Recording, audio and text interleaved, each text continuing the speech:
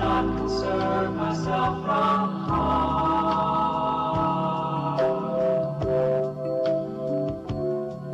or foolishness or any of the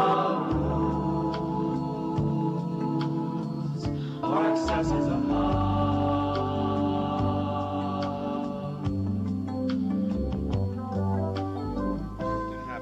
Because I agreed, because of my unique disposition, to be born in the West.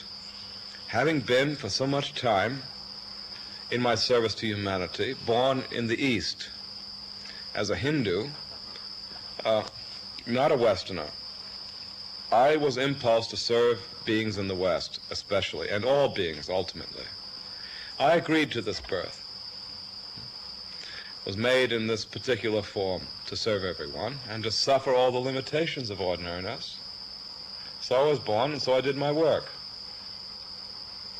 You can't account for this purpose, but it's true, and I only speak about it from time to time.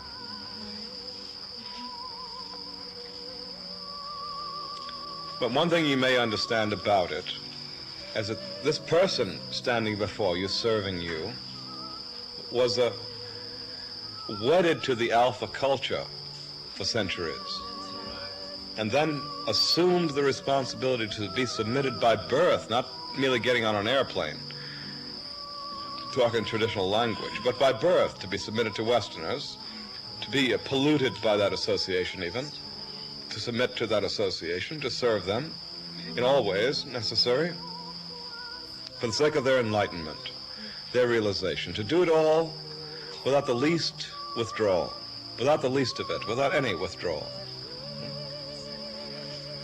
It's a unique gesture of the ancient wisdom moved into the Western Omega world, of the present day all over the world.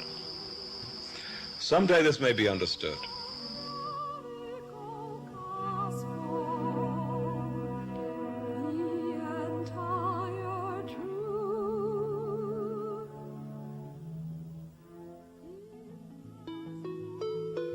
"9 months old. Baby was so friendly, he would go to anyone. Was very popular in the neighborhood. Everyone coming along stopped to play with him. He was a beautiful baby. Had long lashes, big eyes, a lot of hair, a cute little shape, and beautiful skin. He had a wonderful disposition, always laughing and happy, never cried. I hate to have him grow up. He is so grand now."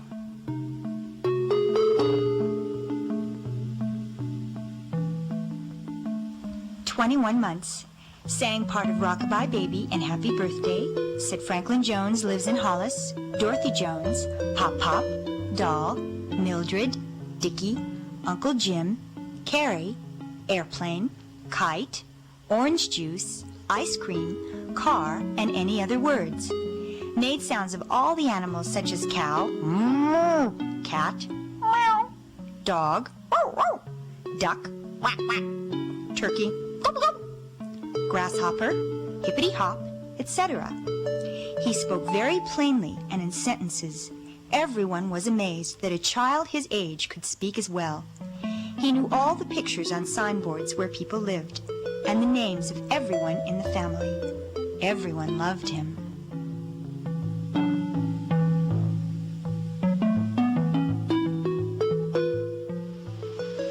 So Franklin Jones, as a conscious creation, began.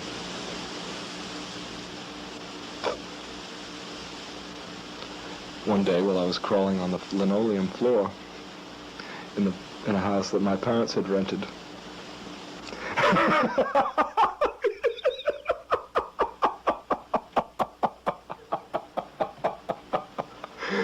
from an old woman named Mrs. Farr. I remember crawling across the floor, and there was a little puppy dog that my parents had gotten for me, running across the floor toward me. I saw the puppy dog, and I saw everyone, and it began from that moment. All the rest of the events, the several years prior to that, the 3 or so years prior to that, were not the years of Franklin Jones. He has no existence prior to that time. It wasn't Franklin Jones that was born. he was created in this life. So he has a finite beginning, and he has a finite ending in the Vedanta temple.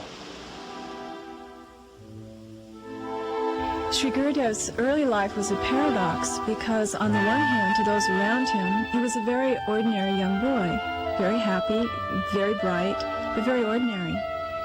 And on the other hand, there were these remarkable signs in his life, most of which went unnoticed by his immediate family and friends.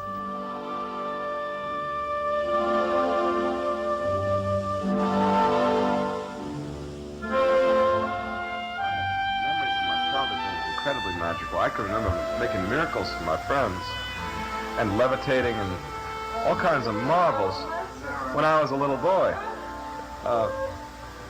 My childhood is incredibly magical because I remember doing all these things and we all accepted them. And then when we went home to our parents, we wouldn't talk about them or we wouldn't communicate about it as being reality. And then years later, my friends...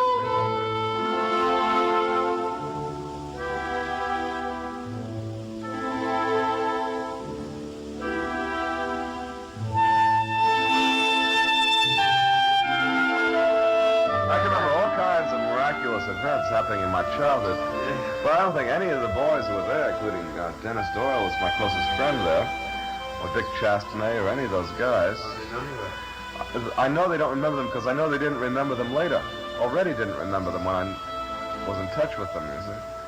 But I can remember all kinds of miraculous happenings when I was a boy in this magical kingdom of our neighborhood, which was all woods and prairies. There was an area called the Prairie. We used to go down there for picnics and put mud on potatoes and put them in fires. You see, it was a very primitive area, all kinds of farms around. There were gypsies living in the woods, and old hag witches living in crummy little cabins down in the woods, and trees turned over with massive numbers of frogs, and turtles would walk all over the neighborhood all the time. It was really a very magical place, and I remember being magical when I was a boy. I have very concrete memories of it. And we wouldn't tell our parents, but I know those boys forgot it later. I would be talking to them, and they would act like they didn't remember it. But I did remember it. I still do remember it. One of the things that Sri Gurudev liked to do as a young boy was entertain his family and friends. And he did this with his marionettes, which we have in the museum. And he was also a ventriloquist. And we have a newspaper clipping that shows him entertaining some children in a local hospital. He just always seemed to enjoy bringing happiness to others. And many times in gatherings throughout the teaching years, he would tell us interesting and humorous incidents about his early life. I remember one time I got a racing car, toy racing car. It was one of these things with a little key on the side. It was sort of a little tinny thing. It looked like a box car racer, or what they call them, the midget racer. It was a little bit like that. It was meant to imitate it at any rate. And it had this big key on the side, like the thing used to open a can of sardines, you know? Yeah. And the underside of it was not covered. It was just all the gears and so forth. And so I was just a little bitty kid, you know, maybe 5, 6, 7 years old, 6, probably around 6, maybe 5 even. And I'd been given this little car, and it may have been around my birthday time or something like that. A whole bunch of the relatives were over, you know, Grandpa, Aunt Minnie, Aunt Evelyn, Aunt Martha, everybody was there in the living room. No other kids around, so I'm just wandering around the house looking for something to do. So I'm playing with this damn racing car, and I go into the bathroom with it. And being only about 5 years old or so, kind of short. And so when I'm standing in front of the sink, I can't see into the mirror, except by looking up. The only part of me that's reflected in the mirror is just the top of my head. So I wanted to see the racing car. So I wind the damn thing up, I put it up on top of my head and going, racing it around on the top of my head, looking into the mirror. Well, after several minutes of this, all my hair is up inside the gears of the racing car. So I realized the old car was caught up in the racing car. I'm crying now.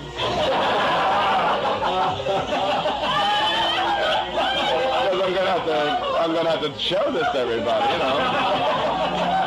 So I come out of the bathroom finally. I must have been in there an hour. I don't know how long. Trying to build up enough courage to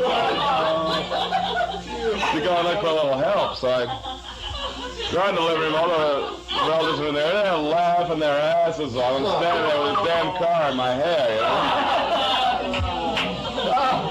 So they're all drunk on port or beer or something or other. So they each take turns trying to get this damn car off my head. And none of them were able to do it. So finally they just cut it off my head.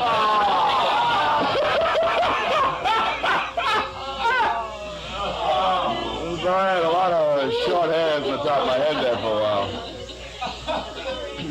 No, that's it. That's enough childhood stories. Another thing that Sri Gurudev did while he was growing up was go fishing with his father and his father's friends. And his family used to take their summer vacations in upstate New York in the Catskill Mountains at a small resort called Highland Lake. And it was here that Sri Gurudev had many experiences that later on inspired several sections of his novel, The Mummery.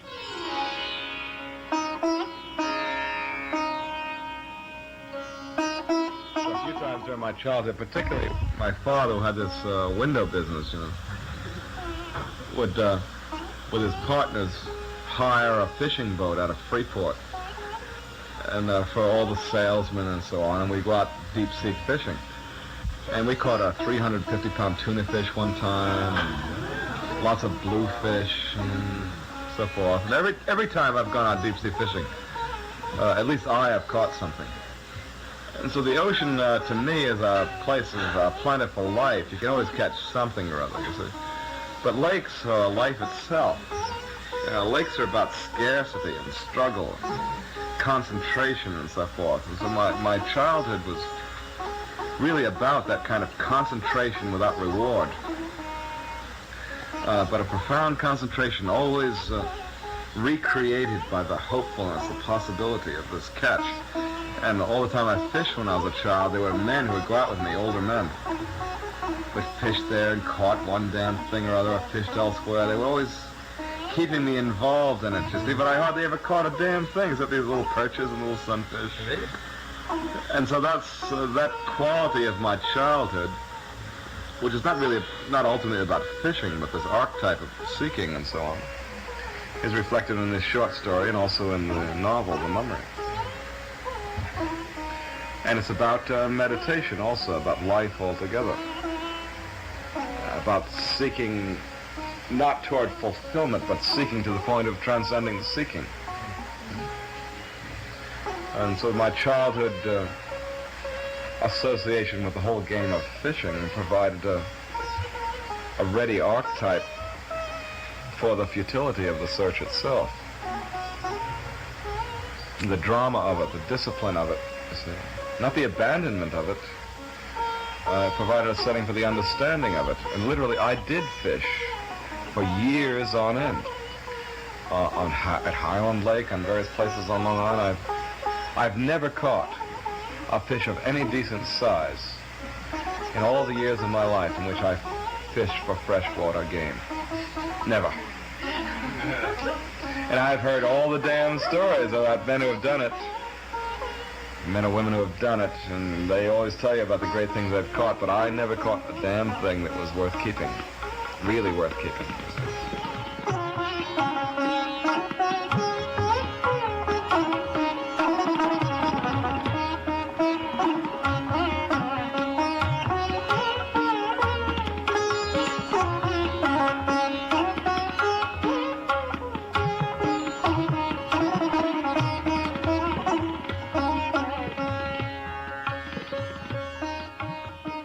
When he was 18, Sri Gurudev left home and he went to Columbia University in New York.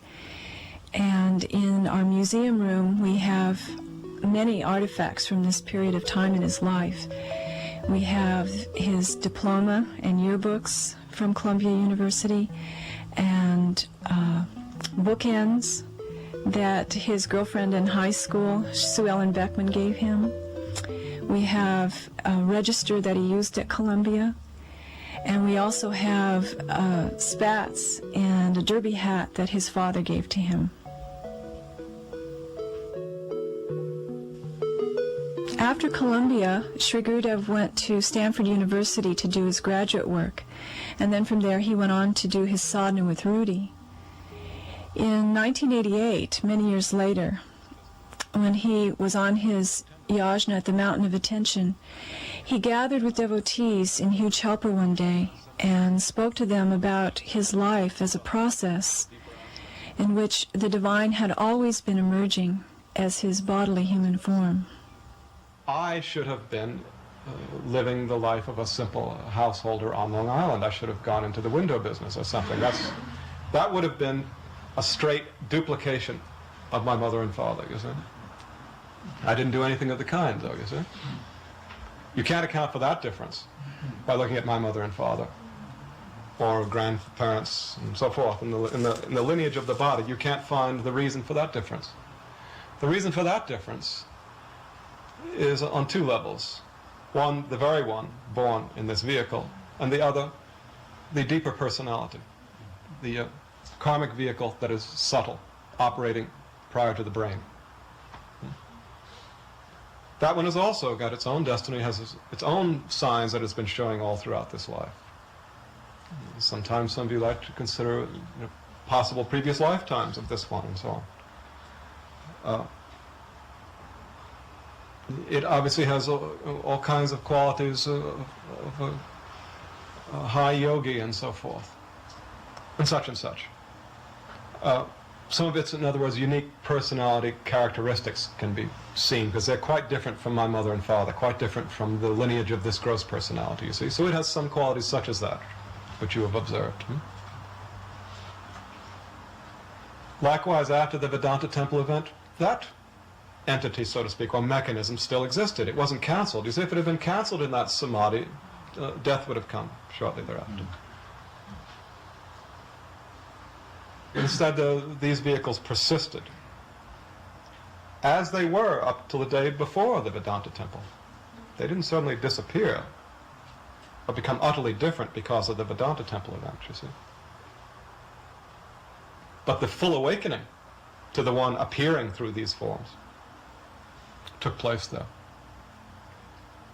And this released the siddhi of who I am into the context of this body-mind, and it spontaneously initiated the siddhi of my teaching work, which was the siddhi of submitting these gross and deeper mechanisms to others in the play of teaching. This was a purpose inherent in who I am, and it was also a purpose rather characteristic of this deeper personality. So this is a part of its sign too, then, that motive to teach, you see, to be so submitted. So you can see how those mechanisms then influenced or were the materials of the teaching work. It was enlightened play, crazy play, yes, but it used these mechanisms just as they are. The mechanisms were allowed to, because they were like people are generally, they were allowed to be that way, to function with others in the ordinary way, to combine with them in an extraordinary way also, in this revealing teaching play. So the vehicles were awakened to who I am, with a context of great realization. But nonetheless, they were still themselves what they are and became then readily available for a unique work. And that was the teaching work then. And the teaching work was done completely to death. And in that death, the vehicles then became changed. The vehicles were not different the day after the Vedanta Temple event, or the moment after, but they were different the moment after the death event. And those who were there observed this one way or another immediately after that event, and observed it in the coming months and since then. It's there to be observed, at any rate, and some have observed it. The vehicles themselves became transformed. And this, of course, is part of what I talk about in terms of the seventh stage demonstration, you see. This transfiguring and transforming work to the point of indifference. The indifference sign more and more magnified since then, you see, since the death event. And also an advanced form of the transformation sign, such that the vehicles are no longer in play. They are no longer becoming the likeness of others, in submission to others, you see. They are submitted entirely to who I am. So the circumstance of relationship to me can no longer be one of this interplay, this exchange, you see, since these vehicles are submitted. Therefore, the circumstance of the relationship necessarily becomes one in which you must submit, the practitioner must submit, you see. So you see what the significance of the death event is then, what it requires.